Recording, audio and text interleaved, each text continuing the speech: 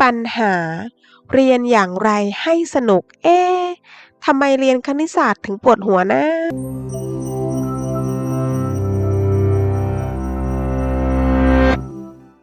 When French mathematician Laurent Schwartz was in high school, he started to worry that he wasn't smart enough to solve math problems. Maybe you know a similar feeling. You sit down to take a math test, and you feel your heart beat faster, and your palms start to sweat. You get butterflies in your stomach, and you can't concentrate.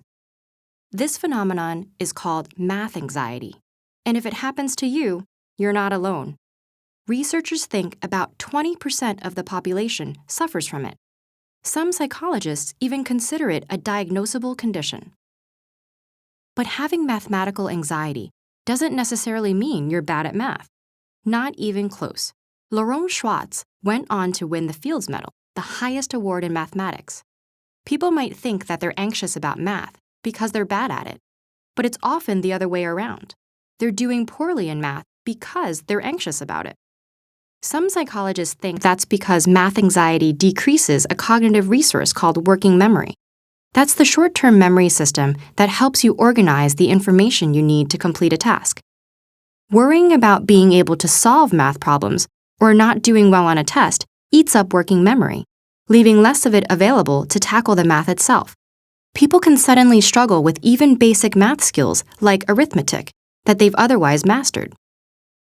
Academic anxiety certainly isn't limited to math, but it does seem to happen much more frequently and cause more harm in that subject. So why would that be? Researchers aren't yet sure, but some studies suggest that the way children are exposed to math by their parents and teachers play a large part. If parents talk about math like something challenging and unfamiliar, children can internalize that. Teachers with math anxiety are also likely to spread it to their students. Pressure to solve problems quickly dials up stress even more. And in some cultures, being good at math is a sign of being smart in general. When the stakes are that high, it's not surprising that students are anxious. Even Miriam Mizrakhani, an influential mathematician who was the first woman to win the Fields Medal, felt unconfident and lost interest in mathematics because her math teacher in middle school didn't think she was talented. So if you experience mathematical anxiety, what can you do? Relaxation techniques like short breathing exercises have improved test performance in students with math anxiety. Writing down your worries can also help. This strategy may give you a chance to re-evaluate a stressful experience, freeing up working memory. And if you have the chance, physical activity like a brisk walk deepens breathing and helps relieve muscle tension, preventing anxiety from building. You can also use your knowledge about the brain to change your mindset. The brain is flexible, and the areas involved in math skills can always grow and develop. This is a psychological principle called the growth mindset. Thinking of yourself as someone who can grow and improve can actually help you grow and improve. If you're a teacher or parent of young children, try being playful with math and focusing on the creative aspects. That can build the numerical skills that help students approach math with confidence later on. Importantly, you should give children the time and space to work through their answers.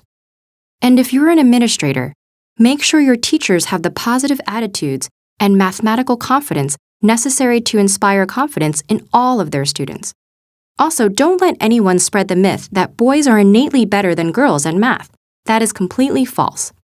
If you experience math anxiety, it may not help to just know that math anxiety exists. Or perhaps it's reassuring to put a name to the problem. Regardless, if you take a look around yourself, the odds are good that you'll see someone experiencing the same thing as you. Just remember that the anxiety is not a reflection of your ability, but it is something you can conquer with time and awareness.